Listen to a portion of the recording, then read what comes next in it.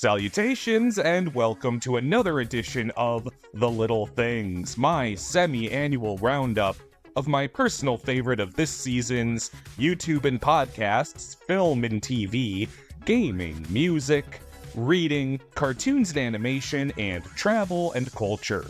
We still have some warm weather to go, so I hope you find a couple things here you'll want to try out and enjoy during. So drop a couple ice cubes into your beverage of choice while I roll out our first showcase.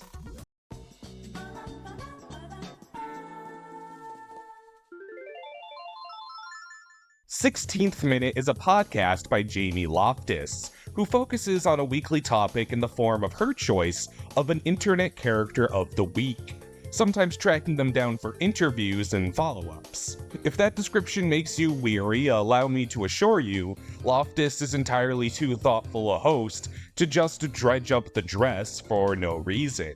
Take her coverage of last year's viral Slide Cop. At first glance, an objectively hilarious video of an incompetent bootlicker eating shit, only for Jamie to gradually uncover that there is absolutely zero public record of the identity of the cop in the video, which was very deliberately scrubbed and hidden in every potential measure, begging the question that if the fragile ego of one officer is something so stringently protected, who knows what other skeletons in the closet are being kept from us? Taking an investigative eye such as this onto big names of your phone feed such as Antoine Dodson and Bean Dad is Jamie's serious bread and butter that makes every episode of 16th Minute a thought-provoking supporter for any commute. Hey, you! Did you steal my buddy Glimbo's gold? So, did you do it?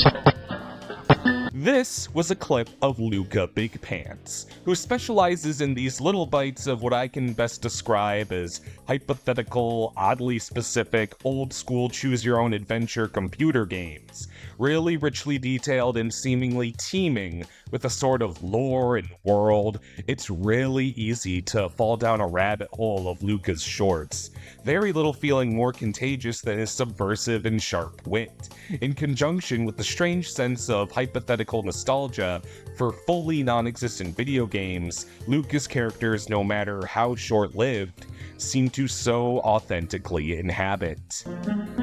Alright, I'll come back for you later, and this time, try not to run away, alright? I spent most of my life growing up in Denver, Colorado, which is kind of Utah's spillover neighbor, meaning the trendy progressive ideas of the 303 often blend with peers of the Mormon faith, which created some really specific cultural touchstones and circles of my youth, consisting of reality TV, dirty soda, and bizarre almond diets. Something neatly summed up recently by recovered Mormon Tyler Bender, who has taken to answering those burning questions about the LDS proclivities and how they clash with the outside world in a way nobody seems to have wanted to as candidly or humorously as she has. Her distinct voice and thorough process feeling like a therapy session for people like me who always wondered what their Mormon friends did at those secret sleepaway camps. Tyler's stream of consciousness flow covers what may be niche ideas, but I bet there's at least one thing you're willing to join her down the cultural memory lane on if you're so compelled, whether it's about Coachella, Honey Boo Boo, or Mormon beverages.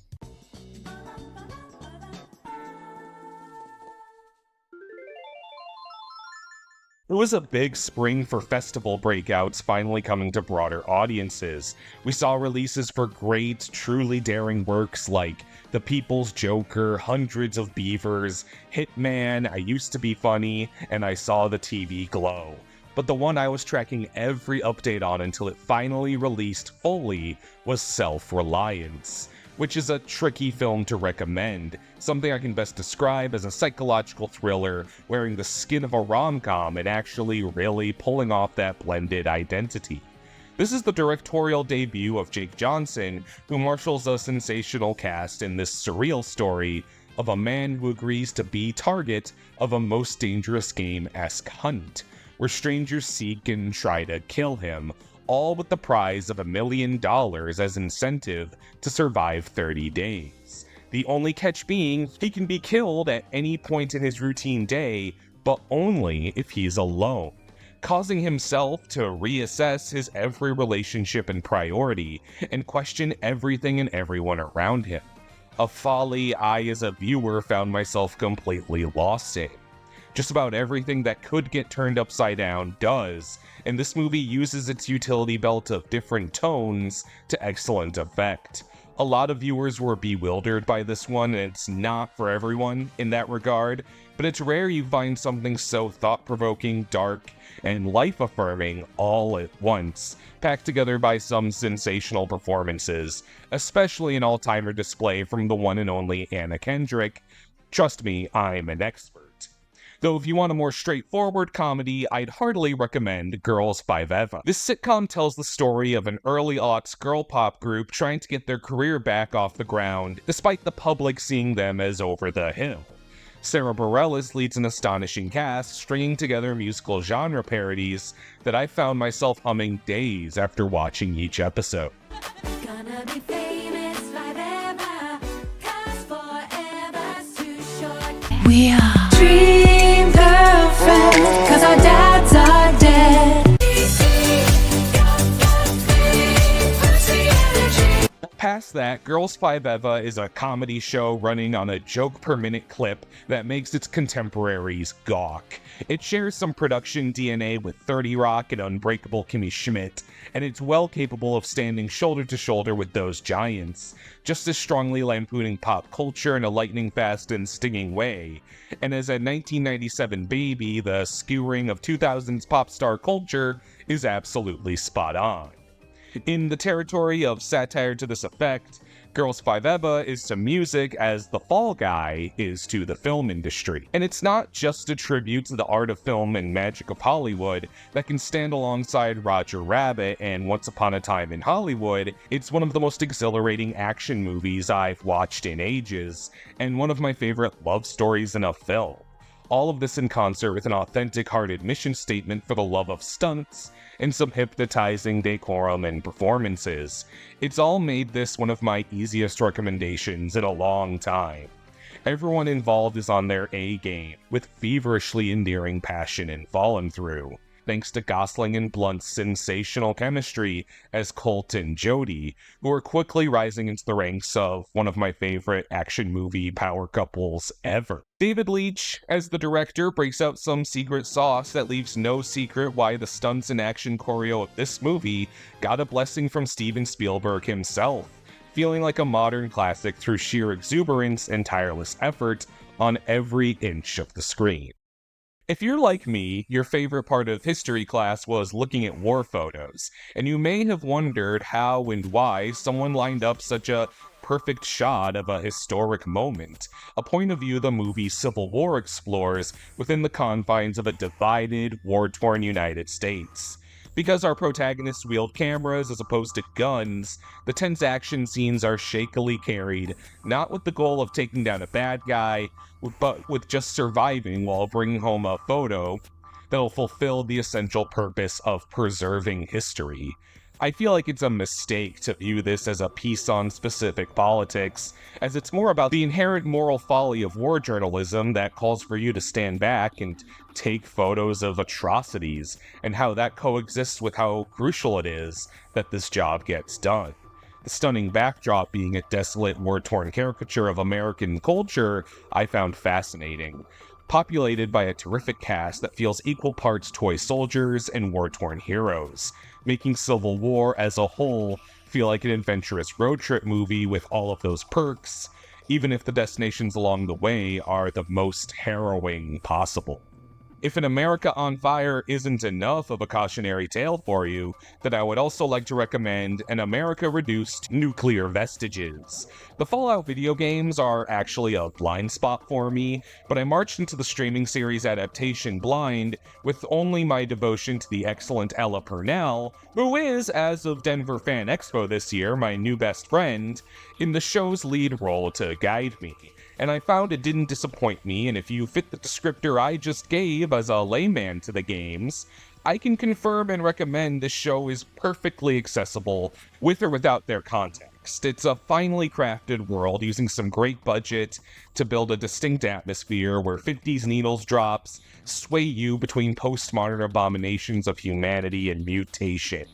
Employing characters divided evenly among the different Dungeons & Dragon-esque character classes of the rich world of Fallout, there's a story for everyone somewhere in here, and they intertwine in some really smart and endearing ways. But there's yet one more case scenario for the end of the world, not played out by gramophones like in Fallout, but by electric guitar. Furiosa blurs the lines of pop culture and myth more than any superhero, tugged at my heartstrings more than any conventional love story, and boasted more artful spectacle than any live theatrical experience I've recently observed. It's like taking history class in a far-out dystopia, watching a massive spectacle performance, studying essential Dickensian dramaturgy, and playing the hypest video game all at once, driven by the impeccable Charlie Frazier, Chris Hemsworth, and Anya Taylor-Joy, who in particular cements herself in my eyes as the modern day's great movie star with this tremendous performance. Moreover than just an exquisitely crafted adventure movie with sensational action pieces and engrossing world building, fully loaded with memorable supporting characters and imaginative brutality they all commit to, this is the clear culmination of a creative mastermind like George Miller getting an uncompromised blank check and telling exactly the story he wants, fully loaded and in maximum overdrive. And considering that's a story of tricked-out semi-trucks, penis brothers, and heroes as fearsomely magnanimous as Furiosa herself, it was just impossible not to call this one of my new favorite movies. The only frustrating thing about this release has been how inseparable the discourse has been from its financial underperformance in the face of some respectably steep box office competition, as well as the monumental shadow of its predecessor, Fury Road. But I never like when I don't have to really fight for one of my new favorites a little anyway, an ambition that kindled itself effortlessly in my heart when this film so much as revved its tires in preparation to ride right into everything I could love about fiction.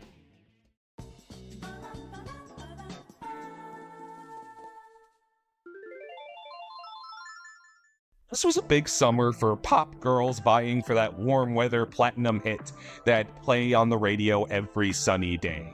Dua Lipa, Billie Eilish, Madison Beer, Chappell Roan, Charlie XCX, Olivia Rodrigo, all putting out bops.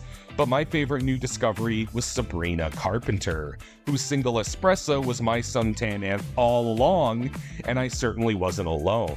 She's as infectious and talented as any pop star needs to be, but she also has a really sharp wit you can feel in her witty and singular music videos, set to songs with a sway and levity that's perfect for dancing on your feet, just as frequently as kicking back with a cold brew. On a more esoteric note, I've been enjoying the techno puppet beats of Twerp, putting an atmospheric touch to really fascinating concepts, possessing dance music that works just as well for pretending you're walking through an old MS-DOS computer game. Human Touch, in particular, is one of the catchiest and most haunting tunes to get stuck in my head recently. I'll also just watch any music video that involves puppets at least once, and the contagious music of this group makes that no hurdle.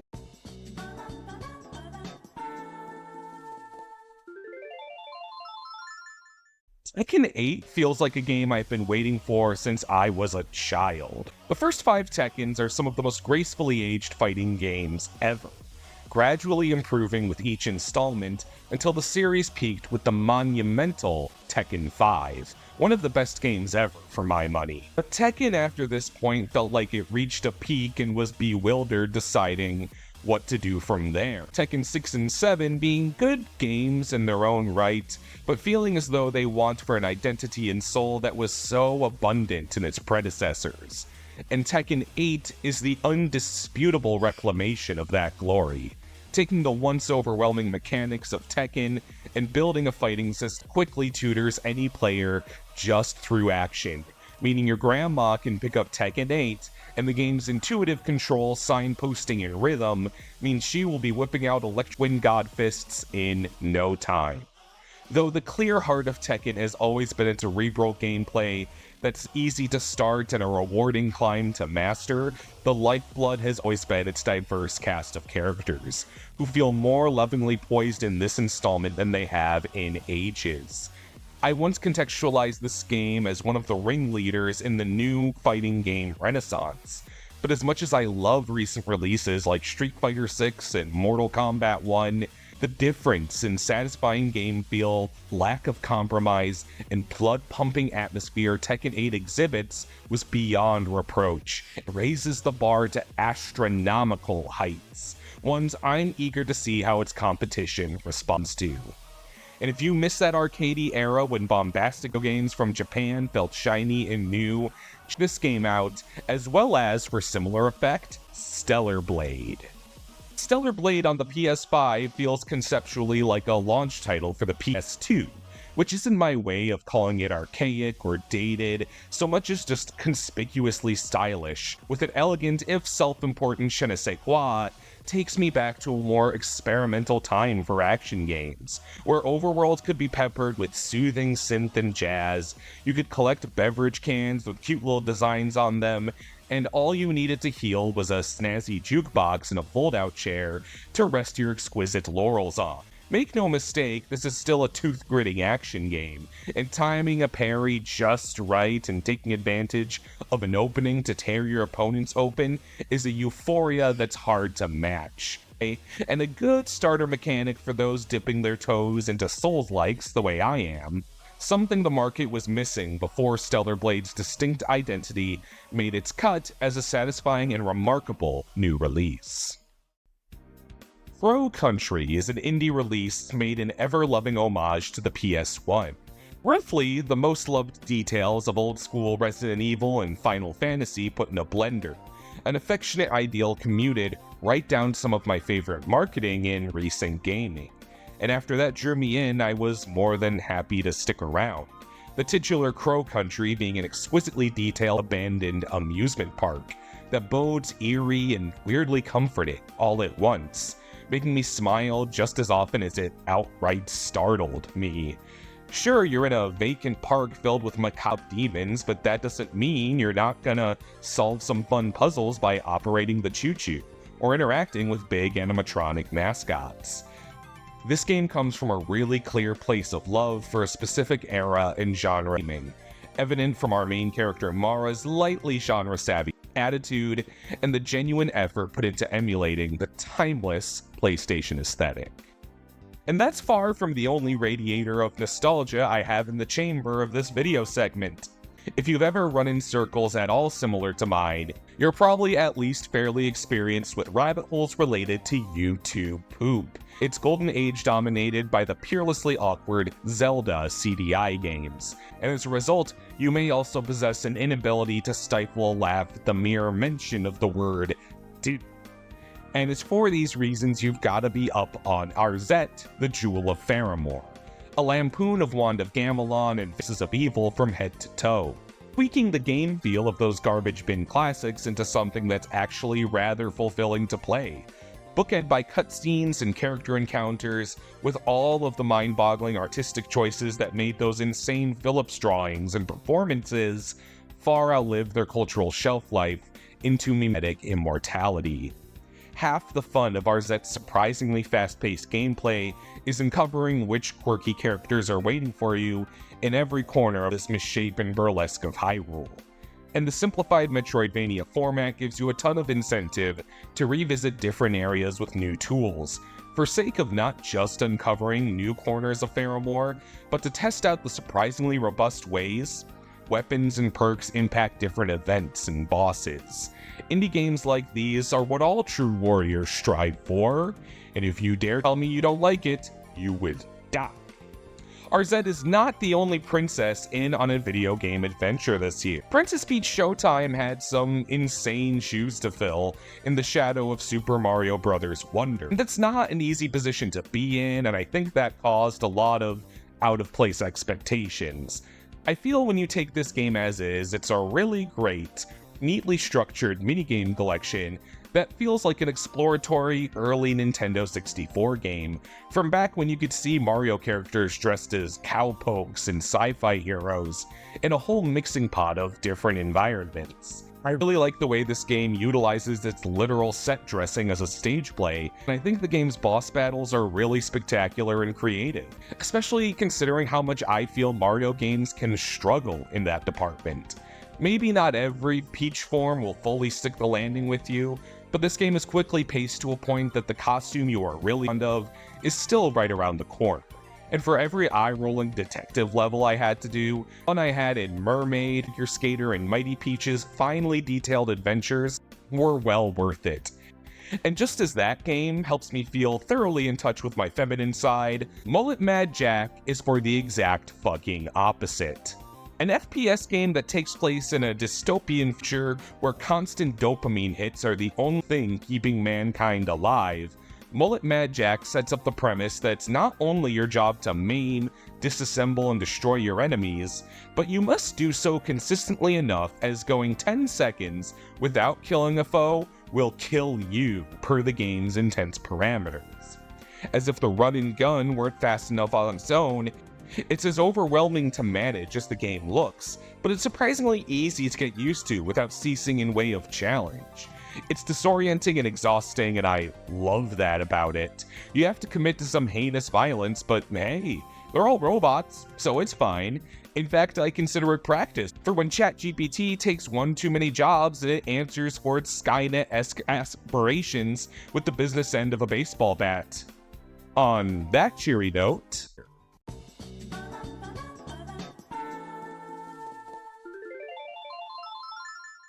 Quentin by Tarantino is a comic that uses a number of interviews and biographies about the man himself as a foundation for a really brilliantly composed blanket look at the lifetimes and career of the man many, yours truly included, would consider the greatest filmmaker to ever live. An eclectic assortment of art styles and homages complement the conspicuous tribute that defines Quentin as an artist and helps this book feel right at home with the work of its subject.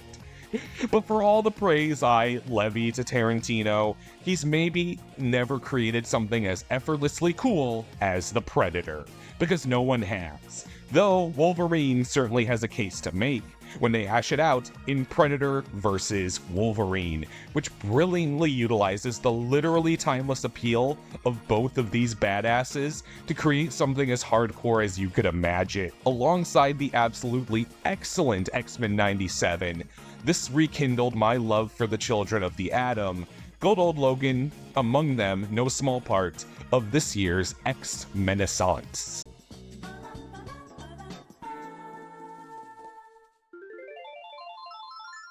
The first Inside Out movie was an extremely formative film for me, a well-put-together work of art about complex emotions and processing change that came out just as I was transitioning from high school to college.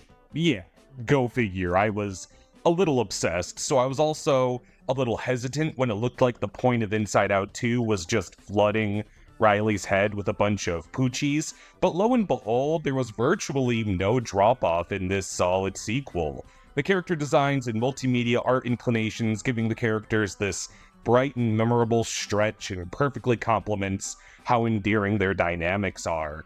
If you want something more than just another Pixar therapy session movie, I'd be lying if I said this shook up the formula that much.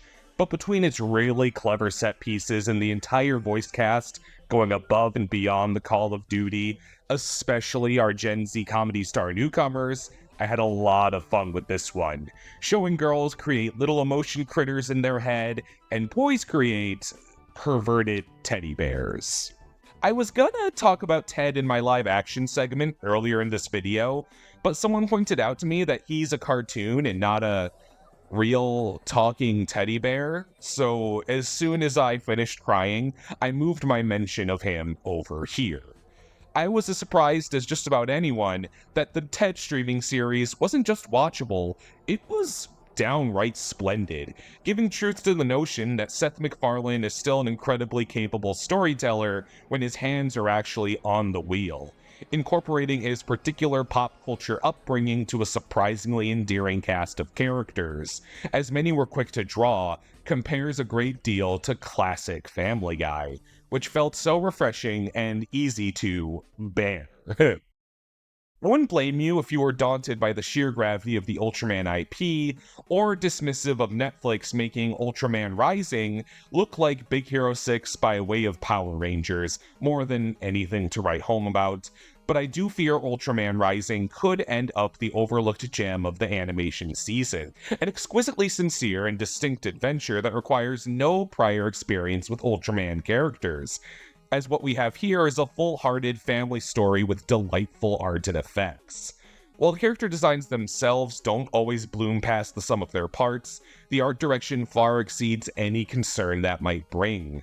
The fight scenes are absolutely spectacular, using cell shading to paint beautiful tapestries out of the energy rays and collateral damage these characters throw at one another. This movie reminded me a streaming budget isn't a death sentence, as director Shannon Tyndall shows no apparent compromise in bringing his age-old passion project to life here. From inspiration drawn from tokusatsu into Western animation, we go to anime inspired by Western tabletop fantasy, in form of Delicious in Dungeon. On its surface, a pretty typical dungeon adventure story, bolstered by the genius premise that sees the main characters realize their quests only go pear-shaped because they're carrying too many supplies, prompting them to endeavor to lighten the load by using monsters within the dungeon as food with the help of a savant of the subject, the reliable Senshi, who introduces the party to all manner of recipes made with the flesh and bone of fantasy creatures.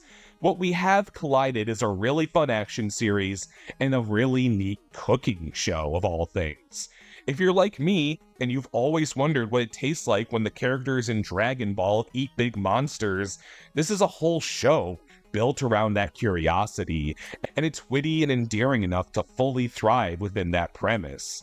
While its absurdly strong production means make the fight scenes look as fluid and well composed as the food products are detailed and delectable looking. Though, there may be one character with a bigger appetite than Senshi and friends. In fact, any given dungeon would likely tremble at the sight of Garfield. I've documented my fixation with Garfield as a certified casual expert, and I don't think the characters of Jim Davis's Quiet Universe ever looked this good. The art style this movie takes captures these flat, dynamic images that make every shot look like a panel straight out of Garfield's black and white origins, while lending themselves to motion in equal measure. What results in the end is one of the most unapologetically cartoony animated films I've enjoyed in a long while. Even if its script isn't always the strongest, I just really delighted in seeing these characters and the slapstick they got to engage in such a colorful and nicely composed style. In an era where animation sometimes seems to feel it's required to make us cry to be taken seriously, I just really like that Garfield weaponized a bunch of pizza delivery drones. It made me smile. Tired segue, smiling friends. What's the saying about monkeys on typewriters? Give a bunch of Newgrounds era animation freaks a TV budget and they'll write Shakespeare?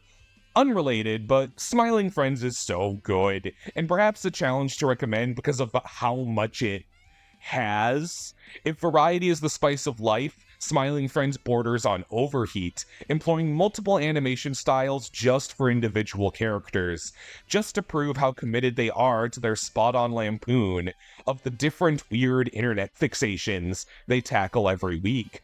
I've looked forward to Smiling Friends to see what new vocal stim I'd have every Sunday, what weird incongruous cartoon character they'd introduce was always on my mind, and what oddly engaging, sometimes sweet story they'd tell. Sometimes sweet.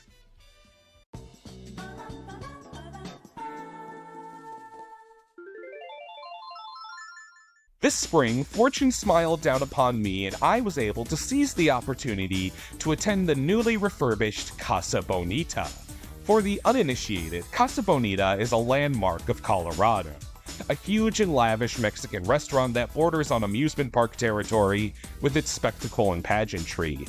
After hard times were hit during COVID, it was bought out by local celebrities Matt Stone and Trey Parker of South Park fame, and renovated with a lot of love, an improved menu, and of course, Eric Cartman himself.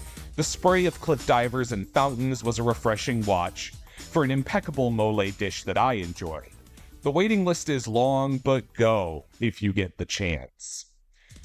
But growing to rival Casa Bonita as a Colorado trope, however, is our first established Buc-ee's. As a longtime fan of Buc-ee, introduced to me by my family in the South, I was counting the days and would be finished in 4 months. And it was no letdown. If you can resist the infectious smile of Buc-ee Beaver on some knickknacks, I defy you to do the same with a fresh-cut brisket sandwich, Diet Buc-ee Cola, and a trip to the chain's, I shit you not, award-winning spotless bathrooms before you hit the road again. Speaking of which, as I post this, I'm getting ready for another adventure of my own, joining my family trip to Puerto Rico. And I can't wait to see what you all think of this video when I'm back, and of the videos I've got planned out next. Thanks so much. Have an excellent rest of your summer.